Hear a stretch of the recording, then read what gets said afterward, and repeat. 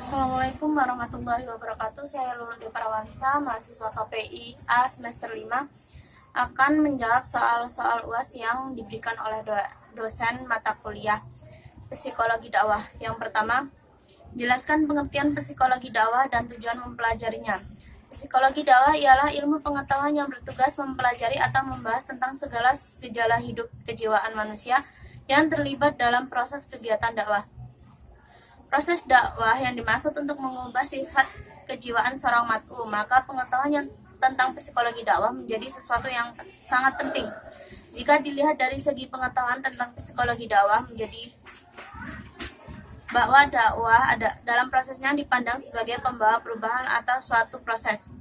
Tujuan psikologi dakwah adalah membantu dan memberikan pandangan kepada para dai tentang pola dan tingkah laku para mat'u dan hal-hal yang mempengaruhi tingkah laku tersebut yang berkaitan dengan aspek kejiwaan atau psikis, sehingga mempermudah para dai untuk mengajak mereka kepada apa yang dikehendaki oleh ajaran Islam. Lalu yang kedua, jelaskan wilayah dan lingkup kajian psikologi dakwah dan pendekatan ilmiah psikologi dakwah.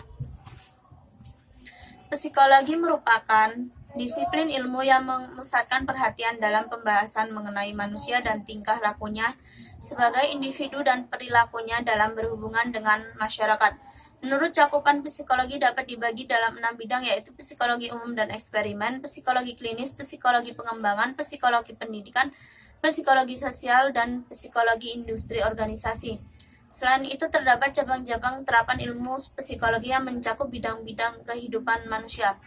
Seorang dai manakala ingin agar pesan dakwahnya dipahami, maka dakwahnya itu harus disampaikan dengan pendekatan psikologis, yakni sesuai dengan tingkatan dan kebutuhan jiwa mat'u. Dakwah seperti itulah yang disebut dakwah persuasi, sesuai dengan ungkapan Nabi yang artinya berbicaralah kepada orang sesuai dengan kadar akal mereka.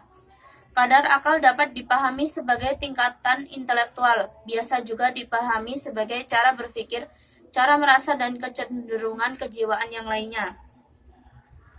Soal yang ketiga, jelaskan urgensi, motivasi, dan konsep diri bagi seorang dai dalam pelaksanaan dakwah. Sebutkan faktor-faktor yang dapat meningkatkan kredibilitas pendakwah. Sebutkan dan jelaskan. Dakwah dengan mengajak manusia kepada kebaikan dan petunjuk Allah SWT, menyeru mereka kepada kebiasaan yang baik dan melarang mereka dari kebiasaan yang buruk, supaya mendapatkan keberuntungan di dunia dan akhirat. Dakwah juga dapat diartikan sebagai suatu kegiatan untuk memotivasi orang dengan basiroh, yang artinya mendorong orang dengan pengetahuan yang mendalam dengan tujuan agar motivasi ini tepat sasaran. Meskipun secara umum motivasi merujuk pada upaya yang dilakukan guna mencapai suatu sasaran, maka dalam motivasi dakwah, sasaran yang dimaksud adalah sasaran dakwah, yaitu terjadinya perubahan pemahaman, perasaan, sikap, dan perilaku mat'u sesuai dengan pesan dakwah yang disampaikan oleh dai. Tujuan dan hasil yang diinginkan tersebut merupakan kekuatan yang menjadi energi rohaniah dai dalam melaksanakan tugas dakwah. Dengan demikian, sesungguhnya motivasi dai dalam melaksanakan dakwah sangat dipengaruhi oleh pemenuhan dan kebutuhan hidup yang bersifat intrinsik dan ekstrinsik serta tujuan yang diciptakan. Faktor yang mendorong motivasi suatu perilaku itu bersifat kompleks. Motivasi yang membimbing perilaku itu harus difahami sifat dasarnya. Yang menurut Maslow, sifat dasar motivasi itu adalah bersifat kontemporer atau kekinian. Artinya sifat suatu hal itu bisa menjadi kekuatan pendorong jika sesuatu itu adalah baru, kekinian, atau up to date. Bersikap kompleks artinya sifat motivasi itu tidak hanya untuk memperoleh kenikmatan, mengurangi ketegangan, memperoleh kekuatan dan rasa aman saja. Bersifat melibatkan proses kognitif, artinya sifat motivasi itu melibatkan tujuan-tujuan yang diinginkan rencana sadarnya. Bersifat konkret dan nyata, artinya motivasi itu bersifat konkret dan nyata, bukan sesuatu yang abstrak. Nomor 4, bagaimana hubungan spiritualitas dan sikap mental pelaku dakwah. Pada zaman dahulu, Rasulullah SAW diperintahkan bersabar sampai datang keputusan Allah. Kemudian, pada pertengahan penggalan ayat Allah menyatakan bahwa masalah petunjuk adalah hak prerogatif Allah, sedangkan Rasulullah SAW hanyalah bertugas untuk menyampaikan kebenaran, namun hikmah Allah menghendaki untuk membiarkan mereka di atas kesesatan.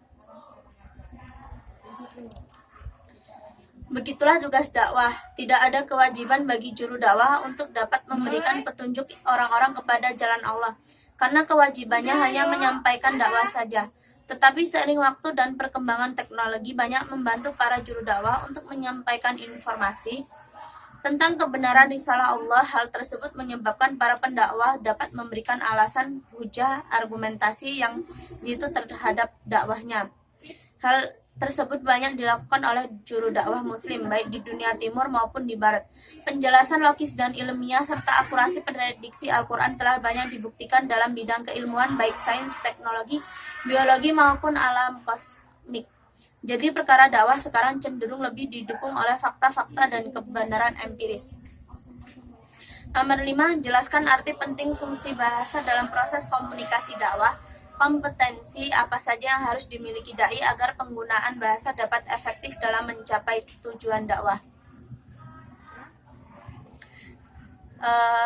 Arti penting dan fungsi bahasa dalam proses komunikasi dakwah dan kompetensi sangat penting, karena sebagai seorang dai kita harus memperhatikan tutur bahasa yang digunakan ketika kita sedang menyampaikan sesuatu. Hendaklah kita menggunakan qaulan ma'rufan atau perkataan yang baik.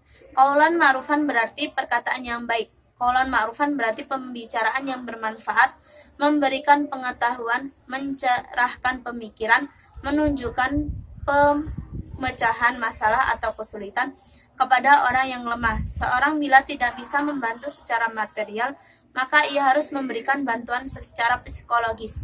Allah Subhanahu wa taala berfirman, qaulan ma'rufan dan pemberian maaf lebih baik daripada sedekah yang diikuti dengan perkataan yang menyakitkan.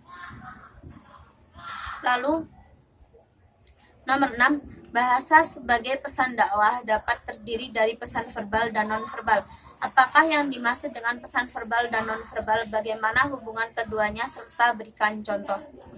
Kita sebagai seorang dai harus pandai menggunakan bahasa ketika berdakwah.